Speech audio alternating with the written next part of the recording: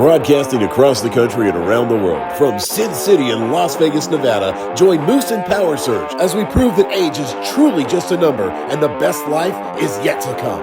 Grab a seat, pour yourself a drink, and dare to live on 50 Shades of Great. Welcome back to another episode, 50 Shades of Great, Dare to Live. Your host, Moose, with my executive producer and co-host, PowerSerg. Moose in the house. I'm here. We're back. How you Vegas feeling? Content Studio. Executive producer Chris here, taking care of us. Back on the strip, doing the thing in Vegas. And Chris looks like the man in black today. He does. The boy uniform. We'll talk about that in one of the episodes. Hey, listen, we've been talking about a lot of stuff. We've been really serious, at times somber, things we need to talk about. Of course. But you know what? When you go back to life, kind of like we were talking about the drummer, the other thing in life that everybody needs, I think, is comedy. Absolutely. And we need to be able to laugh. We need to be able to laugh at ourselves, laugh at others, do our thing. It's a way of coping. So doing that, I started thinking about, who could we bring on that I think would be... Who could we bring on that would be a great guest that, I had seen before? Years ago, I went into... there was a comedy club in Murrieta, California. All right. And it's not there anymore, but...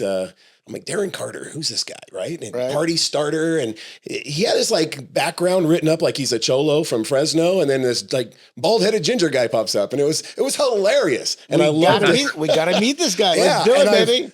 I've loved it ever since. He has his own podcast, his Pocket Party podcast. I'm sure he'll talk about. But he's been on The Tonight Show with Jay Leno. He's Comedy Central Presents, Premium Blend, the movie Be Cool, the podcast, Netflix is a Joke. Which kind of is, by the way. Let's get him in here. Without further ado, the party starter, Darren Carter. Hey. What's up, guys? What's going on, man? Darren Carter, party starter. It is great to have you on the show. How are things going? Great, man. Thanks for having me. I appreciate it, man. And thanks for working around the schedule and making it happen. I appreciate that, This man. is what Thank we you so do. much. You know the life. I mean, we've done shows from everywhere. I did a show from a hotel lobby in Mexico, which actually turned out great. So we've done it. We've done everywhere. We've seen guests that have no microphones. We've seen there's been a lot of doing a podcast. It's been a tour. It's been a tour. I used to go to a lot of comedy clubs. I used to go to the Improv in Beverly Hills all the time on dates. And on a first date, there's nothing better than comedy club. Yeah. Because you sit, you do a little chit chat, and then the comedian comes in, and you just know who she is and how the jokes land. And when they start to roast you, is even better. Absolutely. And we're going to talk about that a little later, about how the best thing, one of the best traits in women when they're looking at us is, can you make them laugh? Yeah. So before we do that, hey, Darren, why don't you tell us a little about yourself, how you got started in comedy? Okay, so I grew up in Fresno, California. Thank you guys for not booing. And I'm from Fresno. Hashtag yuck. No. I mean, Fresno is okay, I guess. I've never been there, but I hear it's but some of your like some of the write-ups about you make it look like, hey, vato, you're expecting to see the cholo type, and then I started out in Fresno, and then I started from there I did my comedy in the Bay Area, and I actually lived in San Diego for a couple of years before I moved to LA. And why comedy? Why comedy professionally? It was one of those things where I didn't know any better, and all the when you're a kid growing up, people were like they kept saying you're so funny, you should be a comedian. And I remember there was in 8th grade there was career day, and they had these different booths set up, and there was different people representing the careers, and I was like, wow, there's no comedians here. This is this is a strip. The closest I could find was morning DJ. And so I thought, well, maybe I'll be a radio guy. And I did it for a year. Nice. And I realized I didn't want to do that. In fact, we're doing it now, kind of. This is kind of what radio is. But this is better than radio. Yeah, Moose is a former radio morning drive jock. Yeah. Before we get there, give us, who are your inspirational comedians? Who are your bucket lists that you would love to perform with? Damn, that's a funny question because I don't even really know anymore. That was more of a thing when I started, where you're looking up to Robin Williams or Eddie Murphy. And then kind of when you start doing it, you just want to get better yourself, And in fact, I love watching, Dave Chappelle and big people like that. But I mean, there's times where they're there. They'll come into the club and I got to go do another set somewhere, and I'm not. I don't know. You become less of a fan, I guess, and more of just like. Well, that's what they say. Yeah. They say that if you want to learn, if you love magic, do not become a magician, right? Dude, so right. When it becomes work, it's different, right? A philosopher now? I am a philosopher. But no, I did a little bit of stand-up as well. Like, so I have a screenwriting background. So I came out of law enforcement and then went into screenwriting and consulting. And I consulted on some TV shows, but I did some screenwriting. But I always thought of myself as a very serious, dramatic writer. And because, like former cop, like I was going to be Joseph Wamba, right? I was going to really, really write and I wound up consulting initially on a police procedural show. But when I started writing myself, it really didn't click that much, where looking back on it, my most successful moments were all off of a joke scripts I wrote kind of as a gag, right? Yeah, and you're kind of like a Joe Friday in the end. A little bit, but I did a little bit of stand-up while going through that because I was pitching sitcoms, and you got to have a little bit of street cred. So comedy's great. And you know what I love about comedy, which we don't really get here? It's a very pure form of entertainment because you know right there whether the joke lands or it doesn't land. You know that in that moment, right? Exactly. If you're tanking, there's no way off, right? You know you got another 10 minutes left and there's nothing you can do about it. And this is where men become men, and you know exactly who you are. You started doing comedy, open mics in the 90s in LA, and now we're in 2024. And the things have changed, the cancellation, the social media. How have you had to transition in, I guess, reading the room different from before? Oh, great question. Well, I guess, I always, here's something I did. Okay, so I did more like ethnic comedy, like in the early 2000s. I remember that. I loved it. How is that working out for you now? Yeah, exactly. It's like, I can still do it, but it's like, I found when I talk more personal, like it's funny because my personal life, like, my wife, my son, all that kind of stuff. And then it gets great laughs and it's really fun. And it's also like people can't get mad at you, you know what I mean? Because it's like you're talking about your life, Back in the day when I say ethnic comedy, I was, they would hire me on, I did BET a lot, like Comic View on BET, did it like 6 or 7 years. I did a lot of Latino shows like K Locos. I was even on a DVD called Latin Palooza. And I would talk about growing up in Fresno and how I had a backpack and red hair and they called me Rooster and so it's like personal stories, But I would say the biggest change that I've noticed from back in the 90s or even the early 2000s is how much social media can get us out there, can help us. We don't have to worry about gatekeepers, right now, as of this show right now on Instagram, if they look me up, Darren Carter, Darren Carter, we have 210,000 followers on Instagram. And it's something that it's great because you see like the real public. They're like, when are you going to come to Miami? When are you going to come to Texas? When are you going to like they can interact with you as before you had to audition and maybe get a call back. And then maybe you're in one scene of a movie and then it didn't really build up to a lot of big stuff, I would say. Look at Matt Rife, right? I've seen his show a couple of times. I love him as a comedian.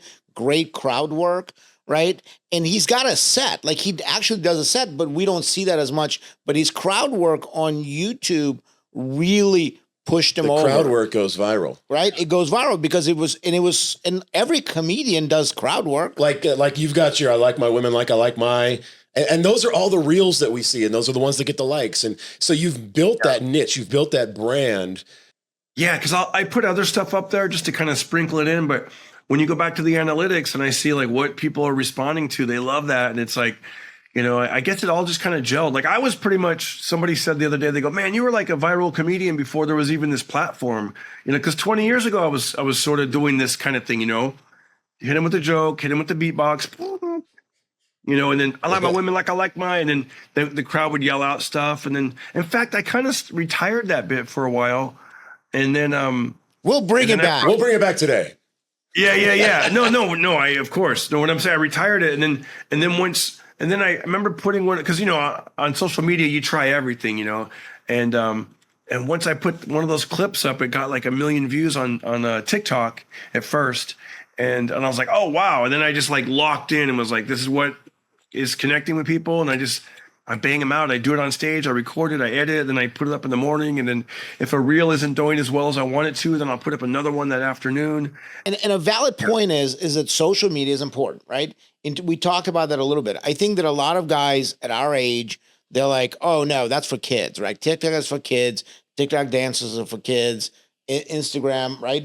Maybe they're on Facebook, but the way they use social media is to interact. Like for a long time, I used social media to interact with people that I knew, that I already knew, right? That's what Facebook was.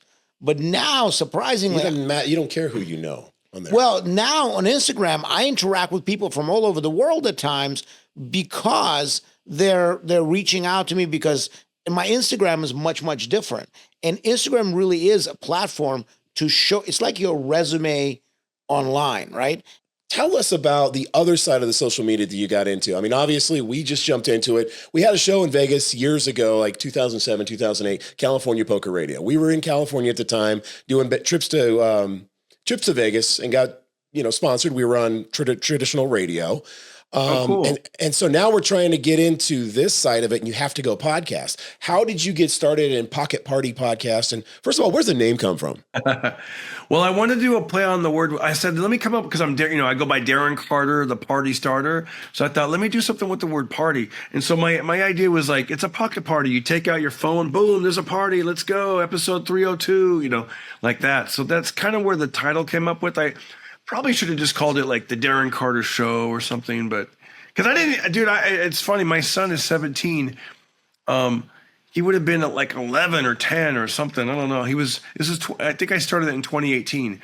And, I didn't even think it was like a dirty joke at all. But that night I went to the Comedy Store and I was on the patio, and I told, the first guy I went up to was George Perez. And I go, hey, George, I started my podcast.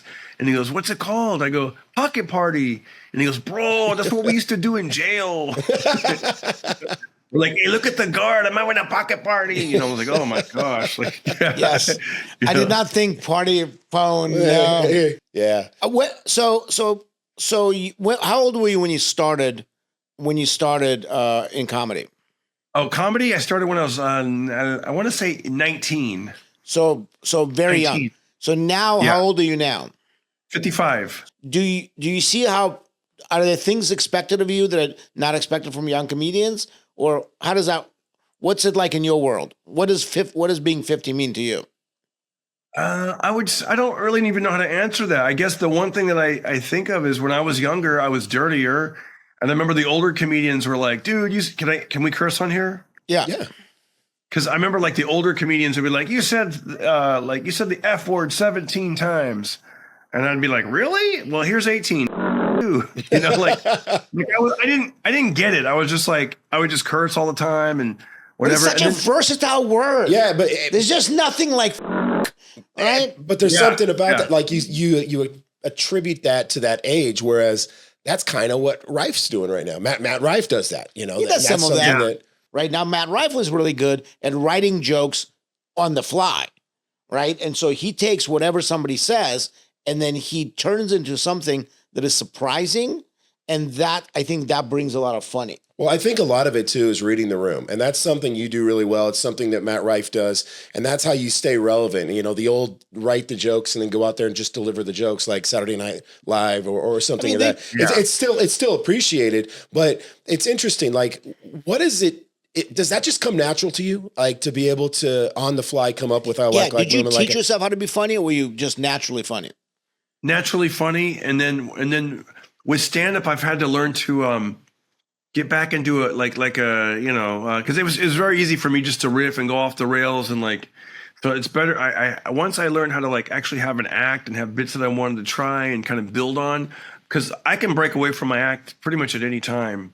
And I love doing it. It's because it makes it authentic and real. Like when I come back from, I was at Jimmy Kimmel Comedy Club recently in Vegas, and when I come back, I can look at the tapes and be like, oh, the early show was different than the late show, and then the early show Saturday was different, and then I did this one thing about Garth Brooks or whatever I'm feeling. I don't like when I'm doing for me personally, when it's like the exact same bits every show, but not that that's wrong, because guys like Jerry Seinfeld, that's true. they can do specials because they know exactly what they're going to say. Every word is intended. Everything's scripted. Darren, tell us today, hecklers, are they good for the bit or bad for the bit? I don't really get a lot of hecklers, but some comedians they instigate that so they can have their little clips for the internet. Like comedian destroys heckler. Right. I think it's usually bad because you want someone adding to the show, not trying to take away, because it also takes away from other people's experience. Also, I don't push a lot of buttons. You know what I mean? Like there's some comedians that love to do that. They love to talk about, because even if you mention like Raiders or a certain sports team, then the crowd's going to start yelling, or politics. Like I just stay away from all that. It's not worth it for me, and I don't like when the crowd turns into that style. So you were naturally funny. So here's the question. For guys who might not feel that they're naturally funny. Yeah, going back to our demographic here. Can you teach somebody to be funny? Is that possible? Yes. I believe you can. Like maybe not to be funny like as a person, but okay, so what we can do is, though, you can teach someone to take their stories and the things that they think is funny, and they kind of deliver it. You can learn how to, because I've done this before. Like they have a rock and roll fantasy camp, like this music camp. They have one for comedians with Adam Carolla and Jay Leno, and I helped. Wow, that's great. Yeah, and I got to fill in with one of the instructors and and I'm going to do it again in January. And I used to think like, well, you just got to learn by getting up and doing it, and which is true. But man, if you can have someone like that's been doing it for like a long time, that knows what the hell they're talking about, it's just gonna shortcuts. Like you can easily see somebody's story and be like, I know where they're going. They need to shorten it up, and end on the funny part. Make the funny the punchline should be the last word. Not don't say the punchline and then keep talking. Those little things like that. Little nuances. Which to me seems common sense, but you realize, they probably don't know that. I remember, I was with Serge here one time where we're at this bar and these guys, these naval aviators, Top Gun type guys. I thought you were going to tell the cowboy story. No, we're going to leave the Vegas story out of there because that's one of those cancellations. We're going to do a special reel. That's something we'll get canceled. No, we're going to do a special reel about Moose's experience with professional bull riders. But anyhow, so we're down in San Diego and we're at this bar and these naval aviators, like a Top Gun scene, walk in. And I mean, these guys are all like 6'3", cut, this, that, and the other. Everything that you would think every woman was dropping for. And you got Sergio over here. These guys were getting so pissed off because he's got these 4 beautiful, hot women like on every word that he's saying because he's just freaking hilarious. Guys who don't feel funny, what advice would you give them on how to be funnier? Don't try too hard, because if you try too hard, it can be crazy. You know what I mean? Like, don't do slapstick comedy or trip on purpose or vulgar humor. Like that's gonna be a big turnoff. That's what I would say. More like the do's and don'ts. Those are the don'ts. And where should so let me ask you this then. This might getting a little deeper in the weeds. Where should the punchline be directed? Should it be on myself? Should it be on the food, the restaurant? Definitely not on her, right? No, not on her, because I learned early on too. Like I remember I had this girlfriend back in the day, and we were going to run and we were going to go stretch, and she's like, "Hold on, I need to stretch first." And I'm like, "Haven't you stretched out enough?" Thinking it was funny, right? But it's a fat joke. She didn't want to hear that. I think it's I don't know, a little neg once in a while. There's a whole school of. I'll tell you. Read the room, I guess. You got to read the room, right? Yeah, read the room. Yeah, either turn it on yourself or just make it. What kind of advice can you give to? Is it go to comedy shows? Is it watch comedy movies? Is it hang around friends who can find the lighter things in subject matter? I know this sounds kind of corny, but just keep I know this. I love this show, man. Anytime you get anything that makes you laugh, that you're looking online, take a screenshot of it. And I heard this phrase. I was going through. I was performing at a club and a casino in Iowa, and on the morning radio station, they called it the smile file. So have yourself a smile file, like something when you get bummed out or whatever, you're not feeling, you got the blues. You're like, you know what? I love watching, old SNL episodes, or I like listening to Dr. Demento when I was a kid, or Weird Al Yankovic songs, or comedies with Bill Murray, or something like that. Al was hilarious, and what he did is because his stuff was surprising. So I think that for me, a lot of comedy is the ability to sort of break rapport, where you say something that is not expected, and that works in dating, that works in in business, that works everywhere. When you break rapport, you sort of slow somebody down, especially like if you're doing sales, right? Breaking rapport in sales is critical because they are expecting X. And if you give them something different, it slows them down. And that's where comedy a lot of times comes in, right? Absolutely. And it makes them laugh. But the funniest thing I heard, right? So I like my women. Should we do the I like my women? I like my women. Are you ready? Are you ready for Yeah, let's do it. I like my women like I like my coffee. Coffee, Italian and sweet. Psych, black. Room for my Irish cream. On the counter with the top off. What? I like my women like I like my skateboard. Skateboard, fun to ride in an empty swimming pool. What? Outlawed in certain neighborhoods. I like my women like I like my camera. Quick to flash. What? Anyways, I could do this all night, but yeah, that's the kind of thing. I appreciate it. Looking forward to seeing you down in San Diego. Good stuff. I'm going to be taking my girlfriend. It'll be her first time seeing you, so feel free to roast her. Roast moose. Roast It'll moose. be the roast moose show. Well, thanks for having me, man, and I'll looking forward to meeting you. Absolutely, Darren Carter. Give us your IG one more time. Oh yeah, it's official Darren Carter. Official Darren Carter. And where can we find your podcast? Yeah, it's called Pocket Party Podcast. It's Apple, Spotify, all the servers. Because there's no party like a pocket party. Yeah, exactly. Yeah. We'll Pocket put up Party Podcast. It's on YouTube. It's on Apple. It's on Spotify. Well, thank you, Darren. Appreciate it. The call to action, everybody, is relax, laugh, and don't take life so seriously. Try to find the lighter side of it. Laugh at yourself. If you can't laugh at yourself, you're That's where just you start. taking life too seriously. Laugh at yourself, right? And actually read the room, know your parameters, but find your funny. Find your funny. So that's going to be the call to action. Find your funny. We're going to go have the best day of our life. You go have yours. Have a great day. The show doesn't stop there. Join the movement on IG, 50 Shades of _great. Or go to our website, 50shadesofgreat.com.